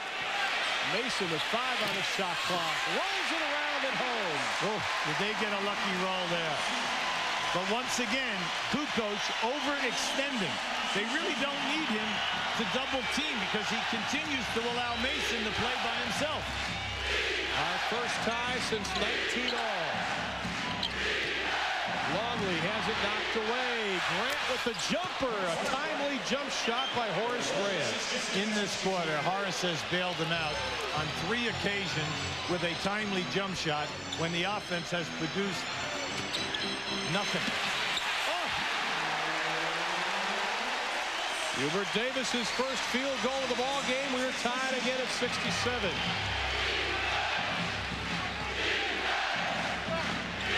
To Grant. Kerr met by Davis out front. Shot clock at 10. Oakland. Grant gets a step on him and takes advantage of it. Yeah, that's Horace's 4th field goal in this quarter. He's 4 for 5. The rest of the Bulls 1 for 5. For the 3rd time, Derek Harper all the way to the hole. Anytime you have Harper, you must say that he's looking to go all the way. That is his 3rd layup after the Bulls have made a score. Kukoc finds a little hole in the lane, but it's whistled for the foul. We are in Madison Square Garden, game 2 between the Bulls and the New York Knicks. The Bulls have led almost the entire way, but with 42.2 left in the 3rd quarter, we are tied at 69 apiece. Scott Williams checks in for the Bulls. Charles Smith for the Knicks. And the Knicks are doing this without John Starks, who's on the far side of the floor. Still in his warm-ups, he went into the locker room with 5 plus some change left in the second, and he has not returned. Attorney Kukoc is looking for the penetration off the dribble. Anytime that he gets into the lane, then when Ewing leaves Longley must create a passing lane, and he'll be wide open. Right now on the foul line, the Bulls are 24 for 27. Well, up until the miss by Kukoc, they have made their last 18 from the line. 1-point lead inside of 30 seconds. Davis with a lot of playing time. Shot clock at 5. Bad pass, Mason. English might have gotten a piece of that on that double team. They're going to hold out now for the last shot. Kukoc on top, working one-on-one with Smith. 3-time European Player of the Year. Inside, what a move, Tony Kukoc. And then they throw it away. Kerr at the buzzer. It won't go. 36 minutes have been played. A big quarter for Horace Grant. 18 for the ball game, 8 in the 3rd as we head to the final 12. The Bulls by 3.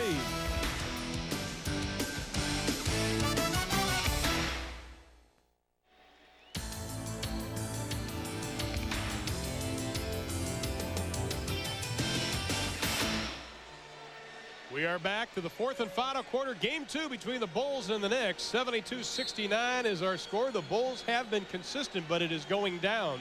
27-24 to 21.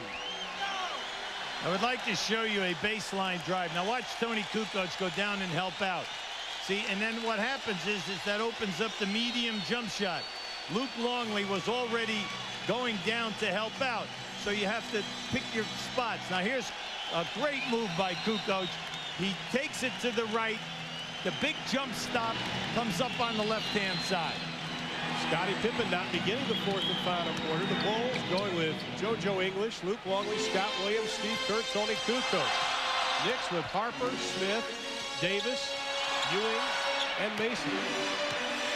Ewing only 2 shots in the third quarter, swatted away, but he does draw the whistle. You go back and think about this game, Ron. That's one of the very few times that we have seen Patrick Ewing work his way into the lane tonight. Now, he definitely gets pushed in the lower back. Now, that was Tony Kukoc who came across and blocked that shot. Ewing only 2 points in the third quarter. I told you the main concern for the Knicks right now with Patrick is that he's getting his 20 shots. There's no doubt about that. You can see the first half he had the 14 points, but you know he's only had 2 shots. The main thing is that Patrick is only shooting 42% in the playoffs and 71 on the line. That should be a concern to everyone. All right, John Starks, nothing is wrong with him. They saved him for the fourth quarter. Bulls by 1 early in the fourth. Now this is the big test for the Bulls. They have got to answer the bell in this fourth quarter. We told you the Knicks outscoring everyone in the fourth quarter, 27-18. Whistle and a foul. Smith picks up the foul. We talked about how John Starks coming back from the knee surgery. Look at the minutes and the points. See, the key is the minutes from 9 to 21 to 29 to 32. And look at the increase in the points. And then 35 minutes against the Bulls with 17 points. Now tonight, he has really struggled. He's only played 10 minutes in that first half, but he did get in foul trouble. Well, he has 3 points. Williams from the outside. Derek Harper pushes Kukoc in the back, takes the rebound away. Chicago must play big, and they cannot allow the Knicks to intimidate them and then for the Knicks to hurt them on the offensive board. Ewing waited for the double, gave it up to Mason, tried to force it into Smith. They turned the ball over. 1-point Bull lead. The last quarter, when you play the last quarter when the 2 best defensive teams are playing one another, the rest becomes a factor. Can you get a high percentage shot? And then number 2, if your offense doesn't get you that, can you take care of your defensive rebounding? You must play big, especially on the road. Now watch all of the pushing underneath in the painted area from the rear. In game 1 in the fourth quarter, the Knicks just pushed Chicago behind the backboard. Anthony in, Harper out. That's something Chicago's concerned with, the strength of New York. Shot clock at 2, shot clock at 1. English is not going to get it off. 24-second violation, the Bulls. That time, Luke Longley was about 6 feet from the rim. He passes the ball to Kerr, who also had a wide open shot. They overpassed into a violation. Only 15 points in the fourth quarter in the first meeting between these 2 teams. Bill Jackson elected to have Scottie Pippen begin the fourth on the bench. Williams with a hard foul on Mason. And then also Mason retaliated right to the midsection of Williams. The Knicks are schooled. Anytime that ball goes into Ewing in the series, and they try to double team with Kukoc, they're looking for Anthony Mason right in front of the basket. Anthony Mason holding his right hand and keeps shaking it. He's still grabbing a hold of it now. It looks like he got hit right on the knuckles. Starks trying to go around a pick by Ewing. We have a whistle and a foul. That'll be on Longley. That is his 4th personal foul. Longley trying to help JoJo English out by slowing up. Now you can see right there, Mason is definitely stung. And it's right across the knuckles. The Bulls, who had only 5 field goals in the fourth quarter in game 1. Ewing takes a step inside, doesn't get it. The tip won't go high in the air. There's the pushing we were talking about. Loose ball foul. That'll be on the Knicks. Great hustle by both teams. Everyone in there pounding and jumping. We have a whistle and a foul with 9:58 left in the game. A 1-point Bull lead. Here's tonight's Dutch boy in the paint. The two categories we talked about at the top of the show, Hubie. Well, you can see the rebounding. The Knicks are starting to come on, 19-14. And then the big man, Grant, naturally having a good game this evening. But the key, only 3 rebounds. And that is Oakley's doing a good job keeping him off the offensive boards. But then again, the offense tonight, I've never seen Grant so far away from the basket, time in and time out, within their regular set offense. How about New York's defense in the fourth quarter? This is no fluke. It's something they did against the Nets in those 4 games. Well, you can see right there that the points, they only gave up 22 against the Nets in the first 3 quarters, 38%. How about in the fourth quarter, 19 and 26? And then the same thing in the Bulls game on Sunday. They only gave up 31% shooting percentage in that fourth quarter. Scottie Pippen back in. He was 1 of 7 in the fourth in game 1. Already the Bulls with 3 team fouls. They went into the penalty in game 1 with 5 minutes left in the fourth. Double team, Ewing and Pippen. Ewing goes down. Shot clock at 2. Williams short. I think Anthony may have gotten a piece of it. Starks spotting up for the 3. Anthony taking his time. Here's Starks. The trigger's pulled. JoJo English did a no-no. He left the big man. He left his man to go to a big man and allowed his man to open up for a 3. Starks has 6 points, both of them on 3s. The first Knick lead since it was 10-9. Pippen looking for the double. It doesn't come. Here comes Ewing. Shot is short. Now this is what they did in game 4. Pippen posted up 9 times and only had 3 scores. Starks for 3. Buries it again. Holy cow. He's murder. He's got the courage of a burglar. Oh, my goodness. Remember the dunk in game 2 last year versus the Knicks? The English leaves to go for a big man out past the 3, opening up Starks, and now he's feeling it. He's saying, if you're not going to play me, I'm shooting. And during the timeout, Phil Jackson sends Scottie Pippen over to talk to the officials, but they trail by 5. Simply marvelous, an 8-0 run by the Knicks as they've opened up a 5-point lead, but Chicago 0 for 3 in this quarter. They are yet to score. We've played better than 3 minutes. See, there's a stat about the Knicks. The Knicks are 7th in the league in shooting 3s. They shoot 35%. They have 6 guys who shoot over 34%. That is a ton of players. Starks whistle for the foul. That is his 4th personal. He joins Charles Smith with 4 for the Knicks. Now, right now, this is critical. Both teams have committed 3. We have 8.5 minutes of play. You'd like to get into the penalty. And the way the Bulls have shot free throws, only missing 2 so far this evening. You don't want to put them at the line. See, they continue to front the post guy, and nothing happens. Shot clock at 10. Kukoc around Ewing, loses the handle. Ewing to Starks. Here it comes. And a foul is called. Pippen doesn't like it. He better be careful. There's the technical. Wow. Not only the dunk, the foul on the dunk, and now a technical on Scottie Pippen. That was his 5th foul. About a month ago, some of the Bulls were talking about how fragile the confidence of this team is. You can see that when this confidence gets rattled, it falls apart. Now, right there, you saw Starks is the one who knocked that away. Now, as he comes in here to go for the dunk, oh, there you have Pippen knocking the guy out of the way, okay? Now, right there, unfortunately, Anthony misses the technical foul. And now Starks. And now they're going for Starks. But, you know, that foul by Pippen was not on Starks. That foul was on the trail player, who was Anthony. Anthony is now going to the foul line to shoot. The technical NFL, you're right. The foul they're calling it was committed against Greg Anthony, not on John Starks. Starks has all 8 points in this 8-0 run the last 2.5 minutes for the Knicks. Anthony hits the foul shot. The lead is 8. We have just over 8 left in the ball game. Knicks lead the series 1-0.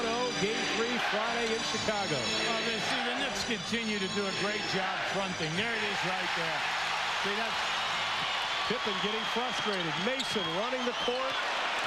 Couldn't finish. Starks fronted Pippen. Luke Longley throws the ball in without him calling for the pass. You can see that they have done nothing in preparation for the fronting of that guy. Shot clock at 5. Starks for 3. That's going to be short. Kukoc the rebound right into his hands. They trail by 8. There's Grant over Anthony. It's going to be short. Last touch by Chicago. Let's see. No, it'll be the Bulls' ball. That's a good call. As they're still yet to score here in the fourth quarter. See, once again, Ron, 4.5 minutes without a score.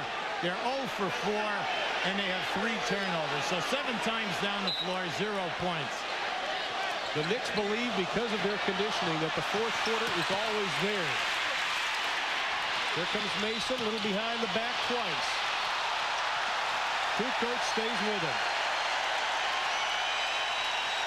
And the first quarter, we said that Chicago must be able to score against the Knicks, fronting the post-up guy in a triangle and then trapping the screen and roll. They've got away from the screen and roll, but they must do something about the fronting of the post guy. Let's see if they do it down this trip. Longley over to Grant. Starks now picking up Pippen. Armstrong gets a step. Anthony may have got a hand on him, but B.J. Armstrong breaks the drought. That was created by the talents, the athletic talents of Armstrong. Over 5 minutes and 20 seconds without a field goal in the fourth, and Anthony whistled for the offensive foul. That is his second. That was an excellent call. Scottie Pippen definitely beat Anthony to the spot, took the charge right in the chest. Fast break points. You need Chicago big in the first half, not in the second. On the first half, 14 fast break points. In the second, 0. That means you are not getting the Knicks to miss, and also you're not getting to the foul line area either. Longley. Grant doesn't get it. Rebound. Kukoc tried the tip. Here comes Mason leading the break. The Knicks are running. Ewing looks inside, no place to go. Wisely pushes it back outside. There you go. Just take your time and set up. Shot clock at 7. Inside, Mason won't go. Rebound, Kukoc. Bulls trailing by 6. 5:45 left in the game. Armstrong for 3. He buries it. He was number 2 in the NBA in that department this year. Led him last year. Hits his first 3 of the ball game. The lead is 3.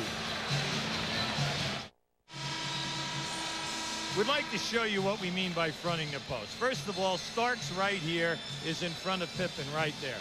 Now, you never free the post man from above the foul line. Look at the pass that has to be made.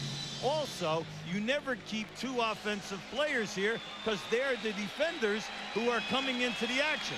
What you try to do is clear the area, eliminate these people, so now when you throw the pass, even if it's a bad angle, he has a chance to catch the ball. As you're going to see, there's good action that time.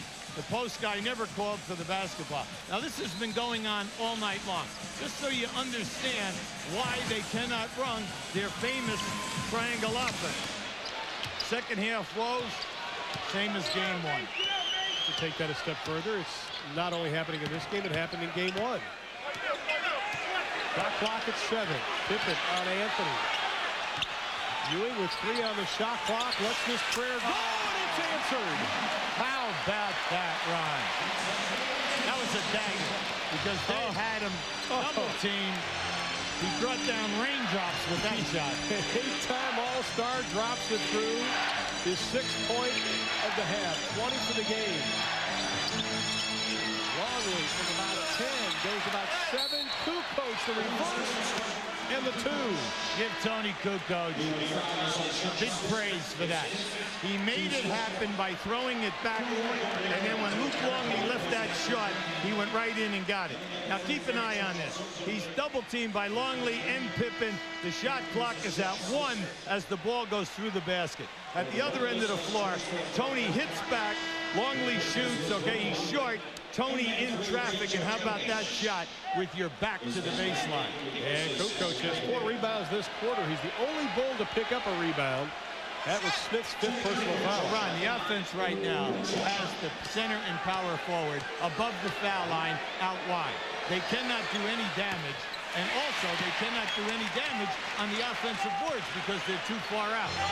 Wholesale changes for both teams. Harper's joined by Mason, Ewing, Oakley, and Starks. Ewing from 17, nothing but net. 22 for Ewing. Patrick coming to life in a minimum amount of shots. Grant, Cartwright, Kukoc, English, and Armstrong for the Bulls. See, they forced them again to go to the other side to the 2-man game by fronting Cartwright on the strong side. Kukoc one-on-one, shot clock at 3. Shoot it. English with 1. Doesn't get it off. The second time JoJo English has been whistled for the violation. See, there's frustration out there. There's no doubt about it. They're trying to stay within the offense. Give the Knicks credit. They are doing a terrific job in forcing them away from the strong side, meaning where the 3 players in a triangle are. They're forcing them to play weak side basketball, and they cannot make it work because they can't beat the Knicks one-on-one. Cartwright trips. Ewing gets a step on him. Inside. Count it. Charles Oakley. Oakley with 9. The lead is 7. Derek Harper, you cannot put your hand on the offensive player. We've learned that since the first quarter. See, that's so unnecessary, mainly because what it is doing, it is putting Chicago on the foul. Now keep an eye on that. And there you go right there. Strong move by Patrick because they emptied out the other side, and Ewing had a pretty good chance at a catch there. B.J. must hit these 2. The Bulls need some defensive stops, hold the Knicks to 1 shot, and get out and get some transition. Armstrong 8 for 8 from the line, 21 points and 6 assists. JoJo English comes into the lineup. See, they're finally bringing Pippen back. There's 3:44 to go. He has 5 fouls. We all understand that. Game 2, the Suns and the Rockets standing by in Houston. Bob Neal, Doug Collins will have that immediately following our ball game tonight. Don't go away. Armstrong perfect from the line. This is a test, Ron. Let's see if the Bulls can crank it up defensively now. Ewing, Cartwright on him. Shot clock at 10, still a lot of time. Good look inside. Mason can't get it. The return, Mason, counted. Once again, Kukoc went for the double team. Patrick gets to the free 2 guys, Bonner and Mason. The shot goes up, but what happens? Bonner keeps it alive, and then Mason muscles his way. Kukoc, Starks picks him up. Mason now picking up Pippen. He tries to go baseline. The foul, that will be on Mason. It's only his first, though. See, Pat Riley very confident anytime that they post Pippen, that he'll be able to double team with Ewing. And once again, Ewing was right there. If Pippen did not get fouled, Ewing had that shot block. Now, how about Mason? Mason has 13 points and 13 rebounds. You talk about a thorn. In game 1, Mason had 11 points and 6 rebounds. Not bad. But he has come back with a vengeance since the break in the regular season. When they went to Charleston, Pat Riley said he came in with a completely new attitude. Pippen 10 for 10 from the line, but he's struggling from the floor, only 5 of 14. Kukoc taken out of the game. They bring in Scott Williams, and Kukoc was not happy with it. He let the coaches know as he walked by them. Well, Kukoc did a very nice job for them. Starks for three, doesn't get it. Cartwright with the rebound. The lead is only 5 by the Knicks. 2:42 left. Pippen for three. Starks a nice job boxing out. Billy Oakes blows the whistle. Loose ball foul. That is going to be on Scottie Pippen. He is through for the evening. Now that's a tough play. You're down 5, a 2-position ball game. You force up the 3, and then you miss. Here comes the long rebound, and you get the unintentional contact, and it's your 6th foul. Now keep an eye on this as this ball bounces long. See the push right in the back of Starks for your 6th. Scottie Pippen only 5 of 15 from the floor tonight. That follows up the effort in game 1 where he was 7 of 19. So he is struggling against this Knick defense. Well, in the playoffs in 5 games, Starks is shooting 96% from the foul line. Starks had 11 for 11 in the last game, one shy of the best perfect mark in Knick playoff history. Ewing and Walt Frazier share that honor. And you can see he's in a definite rhythm. He's a 78% shooter over the course of the season. What a job of coming back for John Starks, injuring his knee March 9th against the Hawks, had surgery on the 14th. And amazingly, he has come back, even though Pat Riley thinks his feet still aren't underneath him 100%. Well, we saw him elevate. He made the dunk. I asked him before the game, how is the leg? He said, I have very little pain. It's totally loosened up for me. I now can elevate, and I can dunk. And he showed us that on the fast break that he had in the 3rd quarter. 13 now for John Starks. 7-point Knick lead inside of 2.5. Mason with the steal. Hold the rim, baby. A monster game for Anthony Mason. Phil Jackson has to call a timeout.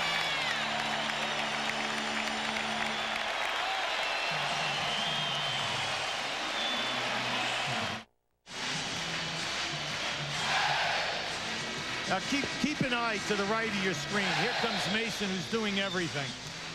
Not only is he scoring 15 points, 13 rebounds, he picks up a steal. And then, how about the defensive job that he did on Scottie Pippen? I realize that Pippen has been played by 3 guys, but Mason has picked him up at the critical time. We talked about the bench at the top of the show. The New York bench has completely dominated New York, 38-18 in points, 20-12 in rebounding. Armstrong from inside the 3-point arc won't get it. Oh, Oakley beats everybody down court, but he lost the handle. Starks calling for the ball as he ran by us. In games 1 and game 2, the Knick defense comes to the forefront. Then the Knick rebounding also in the 4th quarter. They've showed a dominance. They have taken the Chicago offense, forced them into turnovers, and then forced them into poor percentage shots in the 4th quarter with the pressure on. Mason turned it over, knocked it out of bounds right in front of us. Last year, the Knicks went up 2-0, only to be swept the next 4 games by the Bulls. But we've gone the whole game without mentioning the M word. But it would be a different team. Kukoc backing up. Mason cut him off, but he did draw the foul. You must go and attack Mason. You just cannot allow him to play you, to force you laterally all the time. You've got to either use a drop step power move or come off the dribble and take him to the rim and force him to play you other than lateral movement. Kukoc 3 of 5. He has 11 in the ball game. As Kerr comes out, Williams comes in. Williams comes in for Longley. B.J. or JoJo English comes in for Steve Kerr. So Jackson going with a little defense. Well, the game is not out of reach. If All right, right now, you're sitting on 7. But you really need some gutty defense there now. Harper almost gave it up. He jumped before he threw the pass. Ewing wide open. Great play by Harper. He knew he made a big mistake. He jumped up in the air in the backcourt. Fortunately, he makes the lob, and then through sheer hustle, the Knicks not only get the catch, they find the open man. Knicks lead at 94-85. 1:23 left to be played. Let's go back in the history book, show you a few numbers. 5 out of the last 6 years these two teams have played. The Bulls have never lost to the Knicks in a playoff competition. But they are about to go down 2-0 for the second year in a row. Game 3 once again Friday night right here on TNT. 8 o'clock Eastern time. Kukoc from the arc. Knicks have the ball with 1:14 left. When this game moves to game 3 in Chicago Friday night, the Knicks have lost game 3 in 5 straight series. So the Bulls are going to need their fans, and they're going to need a major potential, every guy playing to the top of his game, to get some confidence back on Friday night. Pat Riley told us during the Nets series that he felt these guys really have a notion what the ring's all about. Good ball movement. Harper can't capitalize. Well, I think for the first time this year, the Knicks are healthy. And by that, I mean Starks and Charles Smith. And now they have their 9-man rotation going. Oops. Grant, the big trip by Ewing. Well, our Budweiser player of the game, no question about it. He comes from the Knicks bench. Anthony Mason, 15 points, 14 rebounds. That is a playoff career high. 6 assists to go along with that. Budweiser will donate $1,000 on behalf of Anthony Mason to the United Negro College Fund. What an effort by Anthony Mason the last 2 ball games versus the Bulls. At the top of the show, we told you that the big matchup, Grant and Oakley. Now, you might say, well, Horace Grant has a lot of points. But we told you the big factor is not so much the points, it's the rebounding. Right now, Horace Grant only has 4 rebounds in this game. Now, there we have a dejected player in Scottie Pippen. He knows that the pressure will be on for this ball club, you know, in game 3 on Friday night. They need a maximum performance by everyone. I got it. Horace Grant perfect from the line, 8 for 8. Bulls free throw shooting has really kept them in this ball game. They've only missed 5, 32 of 37. The 3-1 go. And this is over. So the Chicago Bulls, once again, only 15 fourth-quarter points with 22 seconds left, as it was in game number 1. They will fall down 2-0 in the best of 7 versus the Knicks. Well, the Knicks showed us tonight that game 1 was not a fluke. Ewing with the pump fake and the foul. And by that we mean the holding of the Chicago Bulls to the 15 points and then dominating the rebounding in the second half. Excuse me, Hubie Charles Oakley just blown for a technical foul with 9.2 left. We'll go down the other end and shoot the technical. Just a reminder, immediately following our game, we have the Suns and the Rockets coming your way. Believe me, Bob and Doug are standing by at the Summit in Houston. With Phoenix leading that series 1-0. It'll be interesting to see if the Rockets could come back after getting a little rest. They played Portland in Portland, then had to come back for a Sunday afternoon game. Less than a day rest. Armstrong hits the technical, 10 for 10 from the start. B.J.'s played a nice game tonight for the Bulls. And we'll have the Suns and Rockets next. Meanwhile, Patrick Ewing will go back to the line to shoot a couple. In spite of everything, Chicago had a chance to win both games. Oh, yeah. All they needed was execution of their offense. And then take care of your defensive board. They could not do that in game 1 or game 2. I think putting the blame on the officials tonight is completely irrelevant if you're a Bulls fan. Ewing gets them both. The lead is 8. Grant for 3, banks home a 3.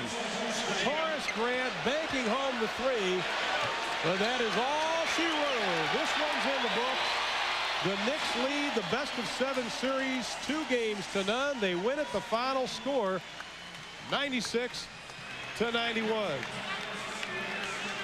Just a reminder, coming up next on TNT, the Phoenix Suns visit the Houston Rockets in Game 2. Once again, our final score, the Knicks win it 96-91. For Hubie Brown and our entire crew, I'm Ron Thulin. Thanks for watching, and good night, everybody.